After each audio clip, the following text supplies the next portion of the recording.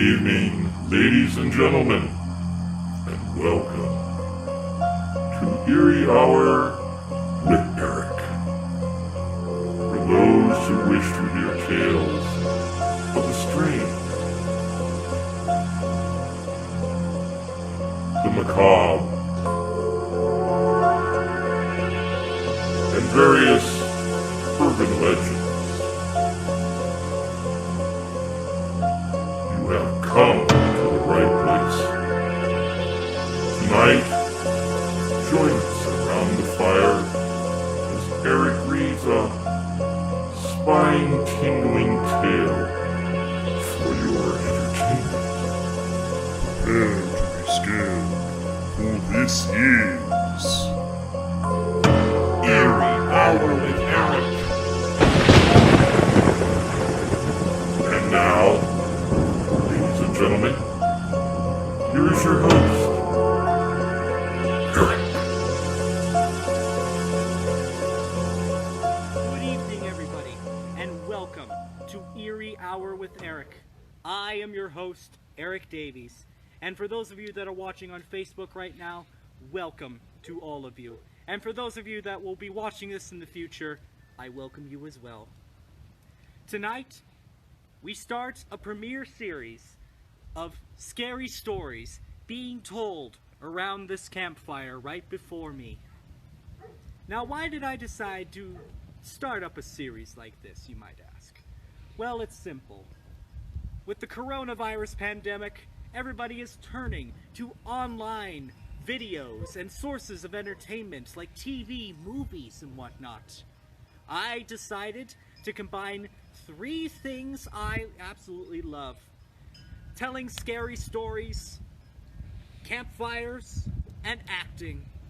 And I've rolled all three into one unified series for everybody to enjoy.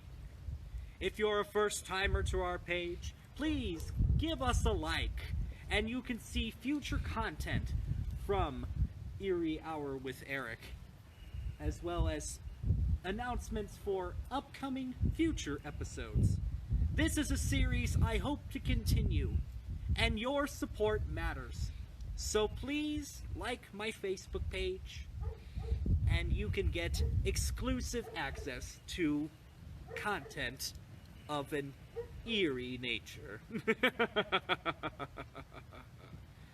Tonight's tale is kind of related to what we are in right now. You see, we are being advised by government officials, the CDC, and others to stay in our homes unless it's for essential travel. Well, tonight's tale kind of relates to this. It relates to a young man who, when talking to a priest, is advised that the land he's building on is somewhat haunted by spirits who have gone and departed.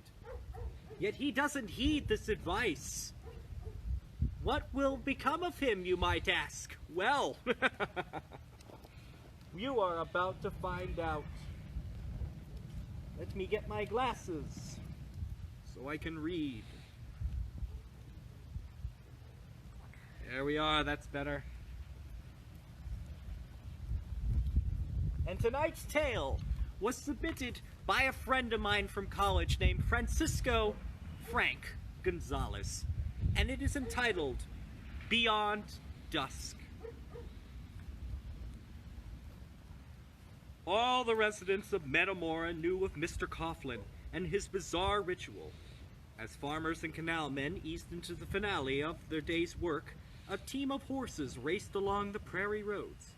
The dust kicked up by their hooves left a cloud that hung in the air like a shadow bringing forth the night.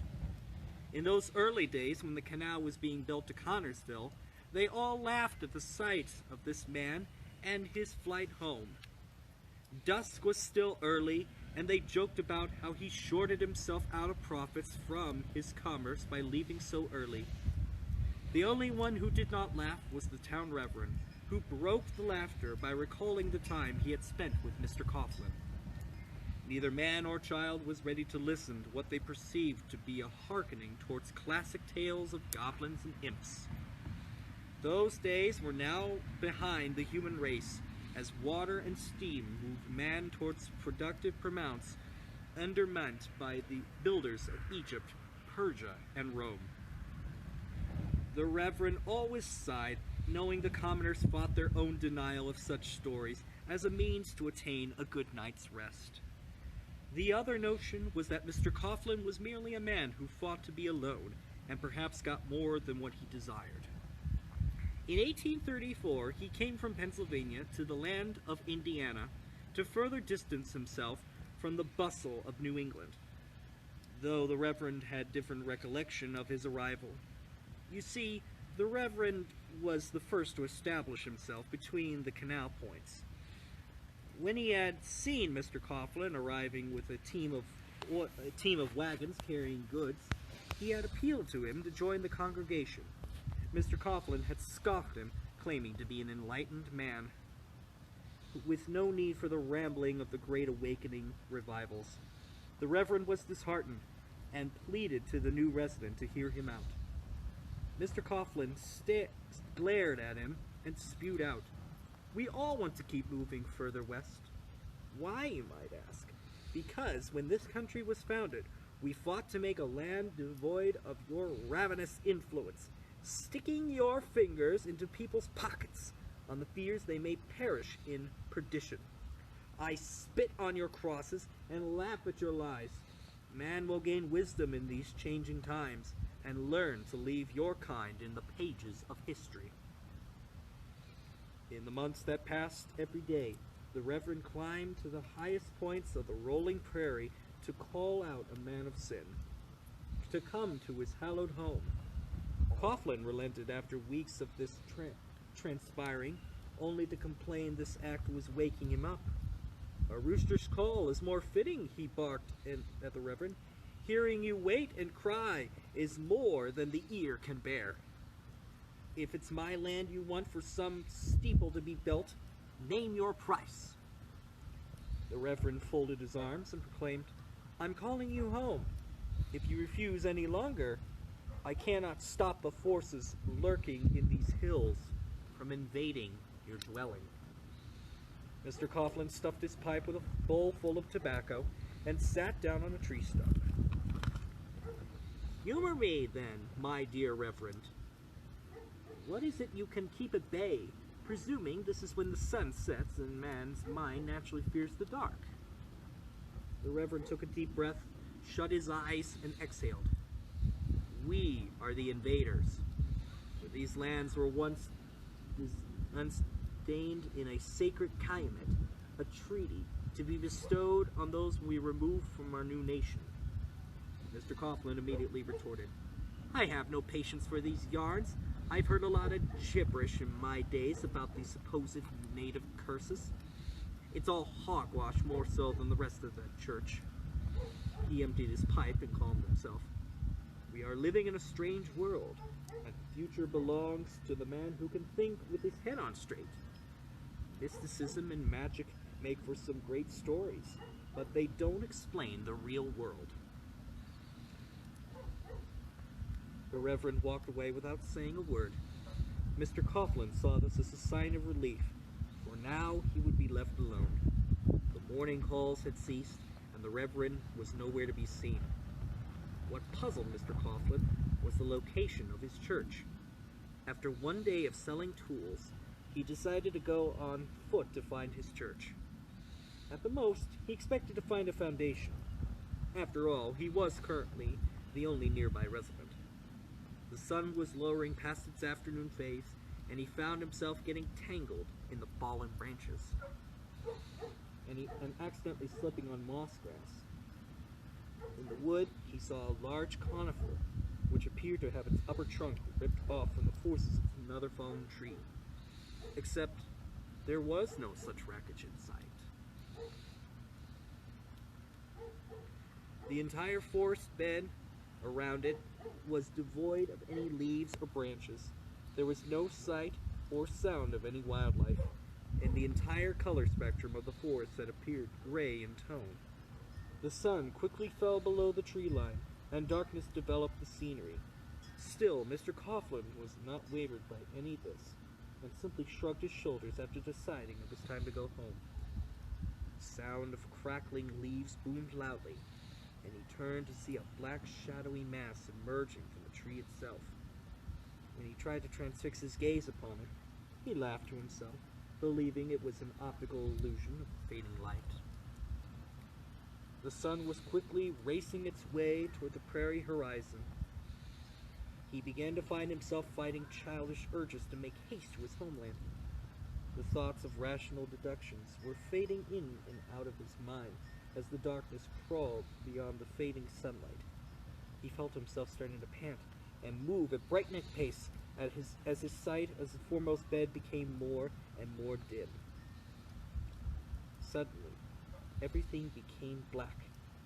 He hadn't bought himself a lantern, and perhaps he was proving himself to be too much of a modern man, not having the resourcefulness to foresee this eventually. The sound of his breathing became louder, as it was the only sound being made in the void. Now his entire visage was shrouded in a complete blackness. He stopped himself, thinking he dare not move any further, lest he injure himself after running into a tree. He continued breathing heavily, until he heard himself whimper. He began to groan and vocalize sounds of frustration and in desperation. He called out to the Reverend. "Man of God!" he yelled. "Was this but a test? To see the darkness is to see perdition. Was this what you wanted me to achieve? To be afraid, which now I am? To know this fear should it draw me closer to the Lord? Perhaps you have succeeded." Mr. Coughlin fell to his knees and shut his eyes, screaming, "I ask you to come near.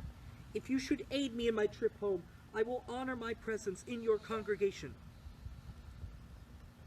Total silence ensued.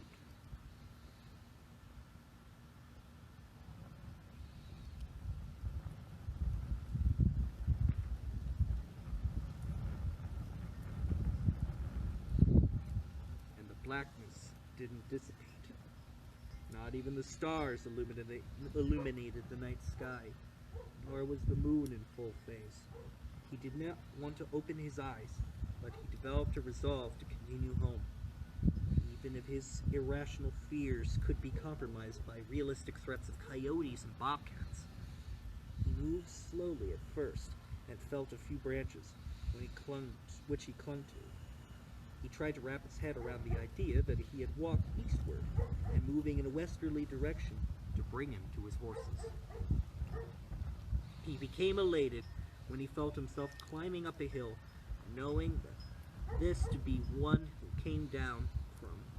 He progressed slowly and continued to evade danger. When in the darkness, white orbs appeared in front of him. Silence now broke with the sound of someone whispering. In a moment, it sounded gentle, and it became clear he was hearing the tongue of a savage man. More whispers arose and grew louder into what sounded like an army. All around, more white orbs appeared in pairs as the outlines of figures glowed in a green radiance. Mr. Coughlin could barely let out a scream as he stood still, terrified by the ghastly sight of the spirits around him. Their faces were all gaunt and wrinkled. Their teeth were rotting yellow, and their hair matted and long indeed. These were the spirits of warriors, not from one single battle, but generations of those once inhabited these lands. The Reverend often told others that the following day after his encounter, Mr. Coughlin appealed to him in great terror and sorrow. He beseeched forgiveness for the sins committed against them, whatever they may be. It was on that day the Reverend revealed his intention for wanting him to appeal to his pleas. The land Mr. Coughlin had purchased, and the very spot he had built his homestead on, was a burial mound. If only he had asked for forgiveness, he would be spared the sight of the spirits angered at the violation of their own sanctity. As many have heard the Reverend tell of this tale, they simply laugh and presume he is making sense of Mr. Coughlin's strange ritual.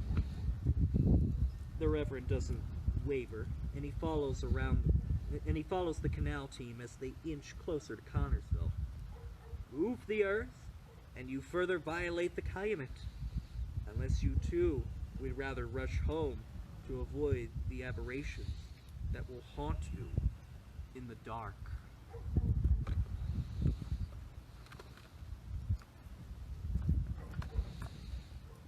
Ladies and gentlemen, thank you so much for tuning in to tonight's premiere episode.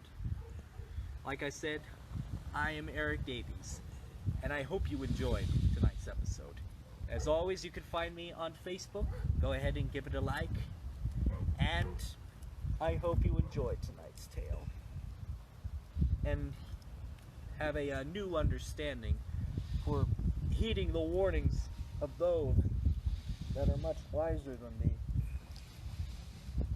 I must go now. But before I do, remember this. Always check to see if there is somebody hiding in your house, outside of it, or just in your dreams. You never know what shadowy figure might be lurking there. Until next time. Pleasant dreams, and have a good night.